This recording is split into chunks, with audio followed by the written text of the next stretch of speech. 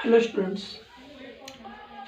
मैं BK commerce study के online platform पर आप लोग का स्वागत करता हूं।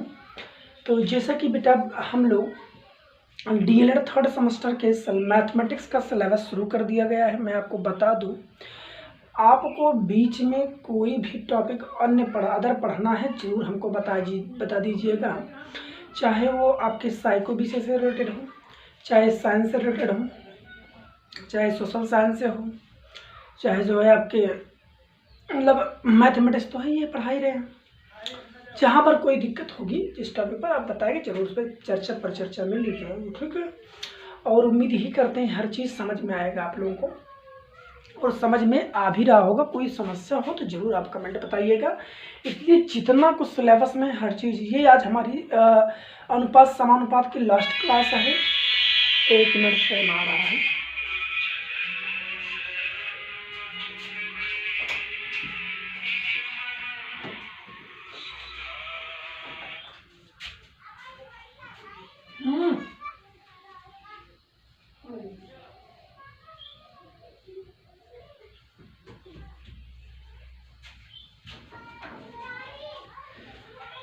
तो कमेंट में ज़रूर बताइएगा बेटा, अगर हर चीज़ अच्छे दिखाई दे रहा, सुनाई दे रहा, हमारी आवाज़ें जा रही है आप तक। तो आज जो मैं ये बताने वाला था, अनुपात समानुपात का जो है आज ये लास्ट क्लास होगी। अब मैं इसके बाद अगला यूनिट शुरू करूँगा, और उम्मीद करता हूँ कि पूरा अनुपात समानुपात जो आपके एग्जामिनेशन में क्वेश्चन पूछे गए बेटा, उस टाइप के क्वेश्चन और अन्य क्वेश्चन भी जैसे क्वेश्चन मैं सॉल्व करा दिया, ठीक है। तो अब आप लोग सॉल्व करिएगा, कोई दिक्कत होगी जरूर बताइएगा हमको, ठीक है। चलो, तो आज हम लोग कुछ इम्पोर्टेंट क्वेश्चन लेकर आए हैं। क्वेश्चन की इस इम्पोर्टेंट सीरीज में आप लोग को बेहतर से बेहतर क्वेश्चन मिलेंगे, अलग अलग टाइप के क्वेश्चन मिलेंगे। 2-3-4 क्वेश्चन मैं जरूर प्रैक्टिस कराऊंगा, लेकिन 2-3-4 क्वेश्चन ये आपके लिए बेसिक के, देखो ट्रिकी हो तो बेटा 10-12 क्वेश्चन हो जाए, है ना। लेकिन सब बेसिक है तो बेसिक सॉल्व कराने में आप देख जानते ही समय लगता है, बहुत स्पीड भी चलेंगे तब भी नहीं समझ में आ जाएगा। तो अगर मैं 5 क्वेश्चन बता रहा हूँ, 3 क्वेश्चन बता रहा हूँ, जान लो कि आपको 3 टाइप के मैं बता रहा हूँ, आप उस टाइप के क्वेश्चन जरूर प्रैक्टिस करें, ठीक। चलो, पहला क्वेश्चन ये है। पहला क्वेश्चन देखिएगा, लिखा है 10 व्यक्ति एक पुल को 20 दिन में निर्मित करते हैं। 10 व्यक्ति एक पुल को 20 दिन में निर्मित करते हैं, तो 5 व्यक्ति मिलकर कितने दिनों में निर्मित करेंगे। मतलब कह रहा अगर 10 व्यक्ति किसी पुल को 20 दिन में बना रहे हैं, तैयार हो रहा है, तो अगर वहीं पर व्यक्तियों की संख्या केवल 5 कर दी जाए और कहा जाए पुल का निर्माण कीजिए, तो ये 5 व्यक्ति मिलकर कितने दिन में जो है पुल का निर्माण करके देंगे। तो अब एक तरह से आप समझ रहे होंगे, ये अनुलोम का सवाल प्रतिलोम का सवाल है।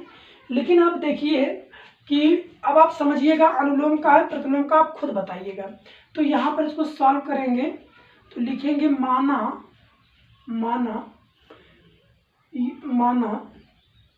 पुल का 5 व्यक्ति पुल का निर्माण करेंगे यक्स दिन में।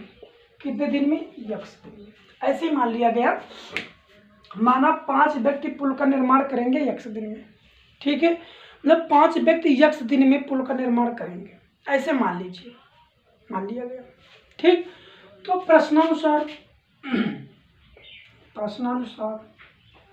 प्रश्नानुसार अगर ध्यान दें तो इसमें क्या दिख रहा है, व्यक्ति दिए गए हैं और दिनों की संख्या। लिखेंगे व्यक्तियों की संख्या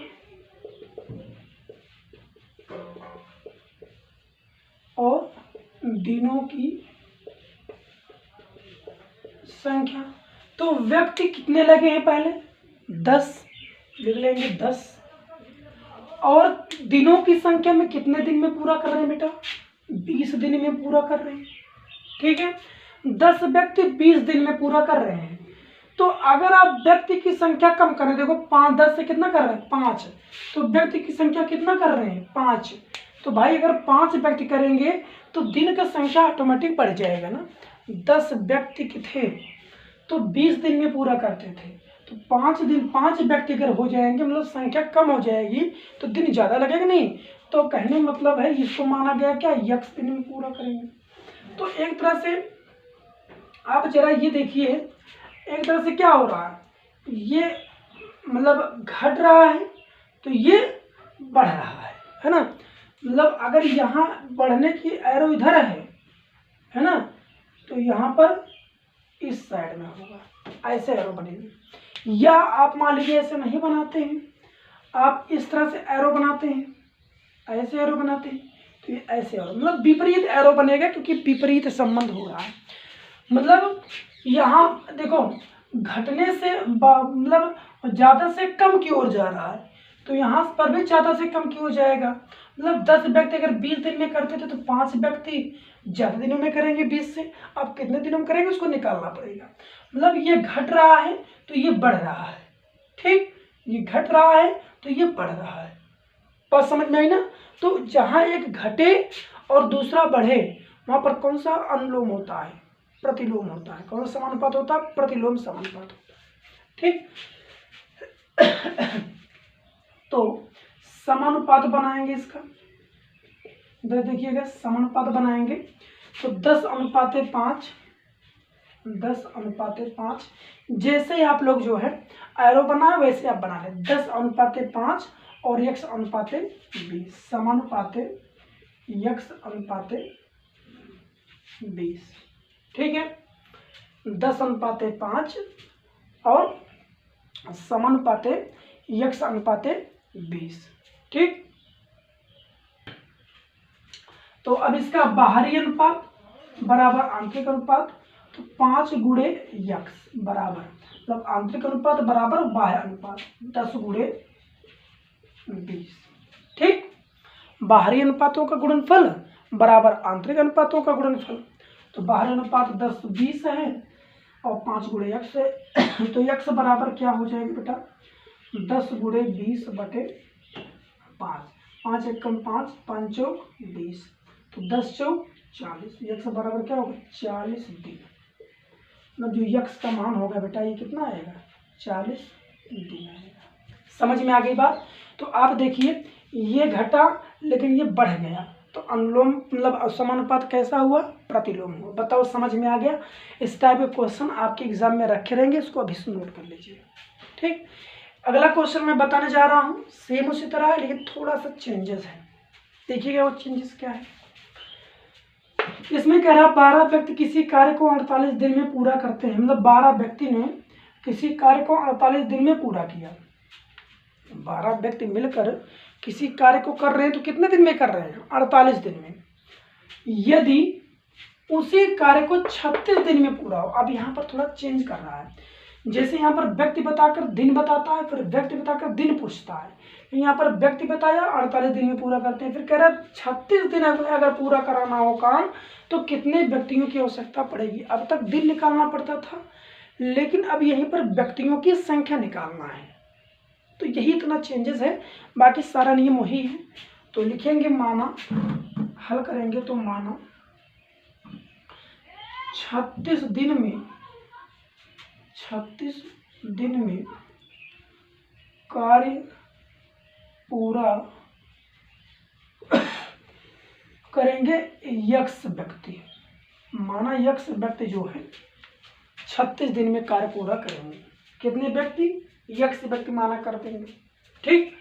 तो प्रश्नानुसार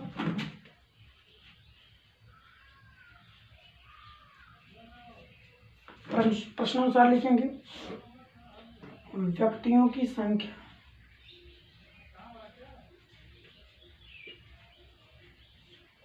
और दिनों की संख्या। तो पहले कितने व्यक्ति थे बेटा, 12 व्यक्ति थे।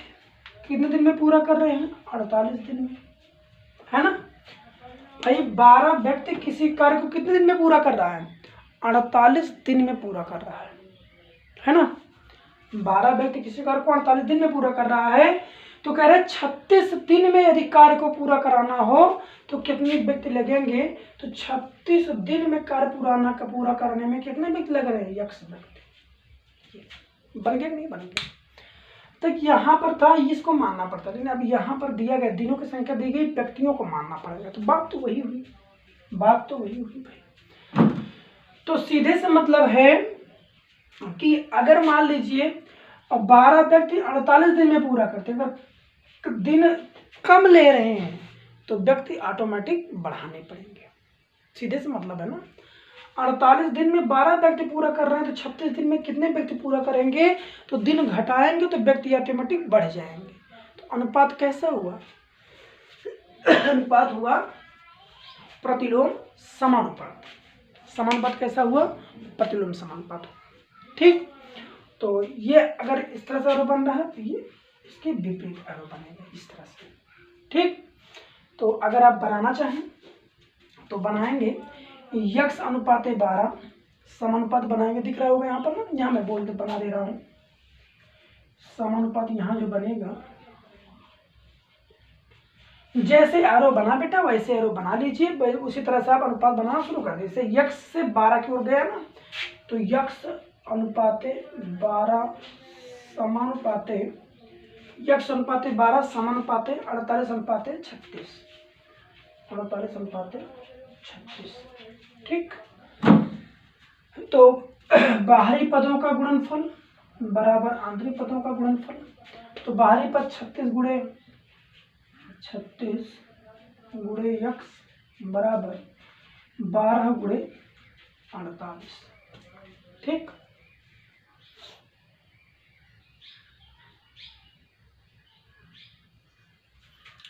तो ये हो जाएगा आपका यक्स बराबर 12 गुणे 48 बटे 36। ठीक, 12 गुणे 48 बटे 36 सॉरी बराबर 12 कम 12 12 3 36 है ना, 3 कम 3 3 कम 3 3 6 18, 16 3 48। कितना व्यक्ति आएंगे बेटा? 16 व्यक्ति। मतलब दिन आप कम करेंगे तो व्यक्ति बढ़ जाएंगे। तो यक्स का मान कितना है बेटा? 16। समझ में आ गया? तो ये बढ़ा है तो ये घटा है, तो ये घटा है तो ये बढ़ा है। इस तरह से विपरीत प्रभाव पड़ रहा है, तो इसलिए अनुपात कैसा होगा? प्रतिलोम अनुपात होगा। तो क्वेश्चन समझ में आ गया? अगर समझ में आया है तो आप कमेंट में बताएंगे, तुरंत बताइएगा बेटा अगर समझ में आया है। देखो बेसिक लगाना है तो थोड़ा समय तो लगेगा ही, यहीं पे नंबर है, यहीं पर आपको नंबर मिलेगा। चलिए, अगर समझ में आया है जल्दी लिखो, जल्दी आप लोग जो है इसको शॉर्ट स्क्रीन करिए।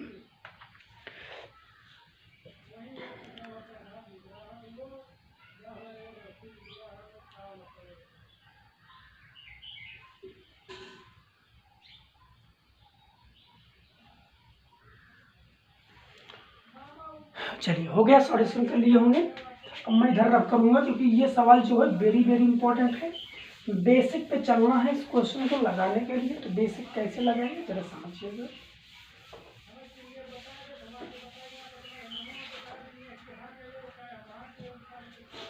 क्वेश्चन ये अच्छा एक मिनट पूरा रफ कर देते हैं, काहे को थोड़ा सा इसमें बचाएंगे।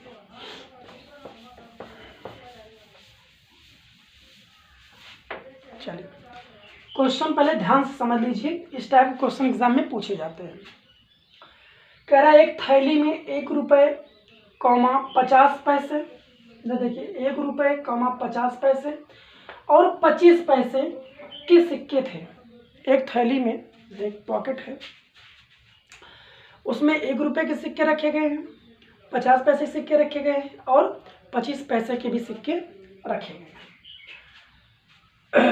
जो कह रहा सिक्के 5, 9 और 25 के अनुपात में है, और ये सिक्के जो हैं 5:9:25 के अनुपात में है। यदि थैली में कुल धन, मतलब पूरे थैली में जो सिक्के रखे गए हैं, इन्हें सभी सिक्कों को काउंट कर लिया जाए तो कुल धन कितना होता है? 1008 रुपया होता है। कितना होता है? 1008 रुपया होता है। तो बताइए विभिन्न प्रकार के सिक्कों की संख्या, मतलब 1000 जो 8 रुपया है, इसमें 1 रुपये के कितने सिक्के हैं, 50 पैसे के कितने सिक्के हैं और 25 पैसे के कितने सिक्के हैं। ये क्वेश्चन आपको देखिए जबरदस्त क्वेश्चन है, और इस टाइप के क्वेश्चन को आपको बेसिक लॉजिक पे लगाना हो तो बहुत जल्दी आ जाएगा, बेसिक पे लगाना तो थोड़ा समय लगेगा। चलिए लिखेंगे माना माना, क्या मानना पड़ेगा आपको, मान कर लगाना पड़ेगा, मैंने बताया था ना। माना 1 रुपया 50 पैसे माना 1 रुपया 50 पैसे 25 पैसे के सिक्कों की संख्या, है ना। माना, ऐसे मानना पड़ेगा भाई, सिक्कों की संख्या पूछा है ना, तो पहले मानना पड़ेगा। माना 1 रुपया 50 पैसे और 25 पैसे के सिक्कों की संख्या बराबर क्या हो जाएगी, 5x। भाई सिक्कों का अनुपात क्या है, 5 9 25 है ना, 5x 9x 25x है, ये मानना पड़ेगा आपको। 5x 9x और 25x है। अब देखिए, तो ये मान लिया गया। अब आएंगे प्रश्नानुसार। देखिए प्रश्न क्या कह रहा है, प्रश्नानुसार मतलब सिक्कों की संख्या पूछा है, तो माना 1 रुपए के कितने सिक्के हैं, 5x सिक्के हैं, 9x सिक्के और 25x सिक्के हैं। तो प्रश्नानुसार इनका मूल्य निकालना है ना। इनका कुल मूल्य बराबर क्या हो जाएगा भाई, 9x के 25 सिक्के हैं, तो 1 रुपए में 1 रुपए के कितने सिक्के होते हैं, 1 सिक्के होते हैं, तो 5x बटे 1 प्लस 9x सिक्के किसके हैं, 50 पैसे के हैं, तो 50 पैसे के 1 रुपए में कितने सिक्के होते हैं, 2 सिक्के होते हैं, प्लस 25x बटे 25 पैसे के 1 रुपए में कितने सिक्के होंगे, तो 4 सिक्के होंगे। इतनी बातें समझ में, मतलब कुल मूल्य अगर आप निकालेंगे, सिक्कों की संख्या का कुल मूल्य निकालेंगे, तो सिक्कों को क्या करेंगे, उनके मतलब कुल मूल्य को, सिक्कों की संख्या को क्या करेंगे, 1 रुपए के कितने सिक्के होते हैं इससे भाग दे देंगे। तो मतलब भाग दिए, इसको सबको जोड़ेंगे। जोड़िए, बताइए कितना आ रहा है, जोड़ लीजिए सब लोग,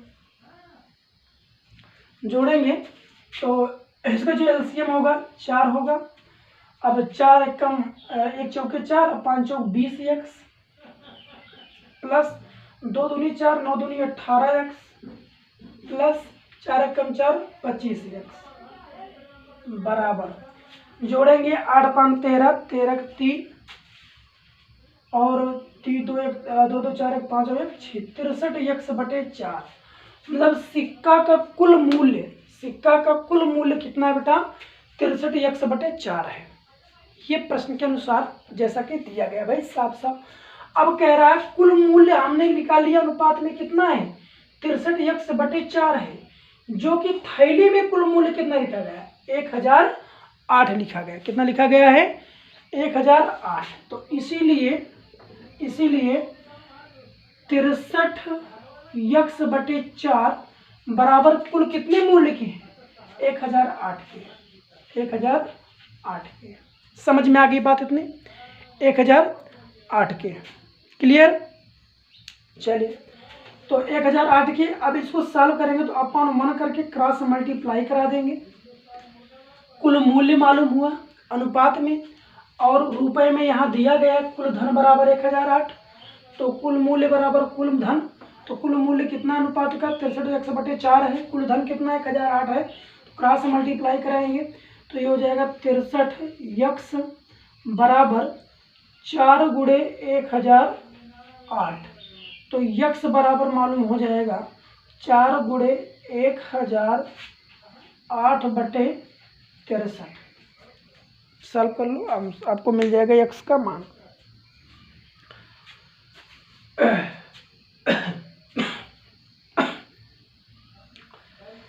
सॉल्व करेंगे तो कटेगा, ये 3 से कटेगा, 3 दूनी 6 और 3 एकम 3, है ना। और फिर ये भी कटेगा, 3 त्रिक का 9, 3 त्रिक का 9, 3 छक 18। ठीक, फिर 3 से कटेगा, 3 7 21, 3 एकम 3, 3 एकम 3, 3 दूनी 6, 7 से काटेंगे 7 से काटेंगे तो 7 एकम 7, 7 एकम 7, 7 4 7 6 42, 16 चौका 64। मतलब यक्स बराबर कितना आ गया बेटा 64, सॉरी 16 चौका 16 गुणे 4 ना, 16 चौका 64। आप लोग आराम से 4 गुणे 108 करिएगा, 63 से भाग दीजिएगा, 64 आएगा। मैंने शॉर्ट में काट दिया, अब काटना आता हो तो आप लोग भी काट देंगे, कुछ नहीं करना। एक संख्या लीजिए, पहले दोनों काटिए तो सॉरी 3 से काटा गया 6 3 9 और 8 1 9, दोनों संख्या का योग 9 कट जा रहा 3 से, तो पूरी संख्या कटेगी। काट दिया गया, 21 आया, यहाँ 336 आया। फिर 3 7 21, 3 से काटा गया 3 एकम 3, 3 एकम 3, 3 दूनी 6। फिर 7 से काट दिया गया 7 एकम 7, 7 एकम 7 और 7 4 11, 4 यहाँ 42 हो जाएगा, 7 6 42, मतलब 16 गुणे 4, 16 चौका 64। एक्स का मान कितना आ गया 16 चौका 64 आ गया। ठीक, अब पूछा क्या है, यहाँ पर पूछा है विभिन्न प्रकार के सिक्कों की संख्या। तो लिखेंगे 1 रुपए के सिक्कों की संख्या बराबर, तो 1 रुपए के सिक्कों की संख्या बराबर क्या माना गया है 5x, तो 5x और 5x बराबर 5 गुणे x, x का मान कितना है 64, 5 चौक 20 के 0, 5 छक 30, 30 2 32, 320 सिक्के। 1 रुपए के कितने सिक्के होंगे बेटा 320 सिक्के होंगे। और क्या पूछा है 50 पैसे के, लिखेंगे 50 पैसे के सिक्कों की संख्या बराबर क्या माना गया 50 पैसे के 9x, तो 9x, तो 9 गुणे x समान 64 आया है, 9 चौक 36 के 6, 9 छक 54, 54 और 3 58, 54 3 57, 576 सिक्के होंगे। 576 सिक्के आ जाएंगे 50 पैसे के, और 25 पैसे के सिक्कों की संख्या बराबर 25 पैसे के सिक्कों की संख्या बराबर क्या हो जाएगा 25x माना गया है, 25x बराबर 25 गुणे 64, 25 चौका 100, 0 10 बचा, 25 छक्का 150 है ना, 25 छक्का 150, 10 160, मतलब 1600 सिक्के। बिल्कुल सही आ रहा है, 320 सिक्के, 576 सिक्के और 16 सिक्के, यही आपका तीनों आंसर हो जाएगा। एक आंसर ये हो गया, एक आंसर ये हो गया और एक आंसर ये हो गया। मतलब कहने क्या हुआ कि विभिन्न प्रकार के सिक्कों की संख्या पूछा था, तो एक रुपए के सिक्के की संख्या 320, 50 पैसे के सिक्कों की संख्या 576 और 25 पैसे के 1600 सिक्के, यही आपका बेसिकली आंसर होगा। तो आज की क्लास में हमने ये वेरी इंपॉर्टेंट सवाल था, बेसिक में पूछता था, तो आपको लगाना पड़ेगा, सॉल्व करना पड़ेगा, जहाँ कोई समस्या होगी जरूर बताया जाएगा। ठीक है, तो आज की क्लास यहीं पर रोकता हूँ। इस टाइप के क्वेश्चन आप लोग जरूर प्रैक्टिस कर लीजिएगा। ठीक है, उम्मीद करते हैं कि आपको समझ में आ गया होगा। एक बार में ना आया हो यही वीडियो तो एक बार और देख लीजिएगा, इस सवाल का तुरंत क्लियर हो जाएगा। कोई समस्या हो तो कमेंट जरूर दीजिएगा। धन्यवाद।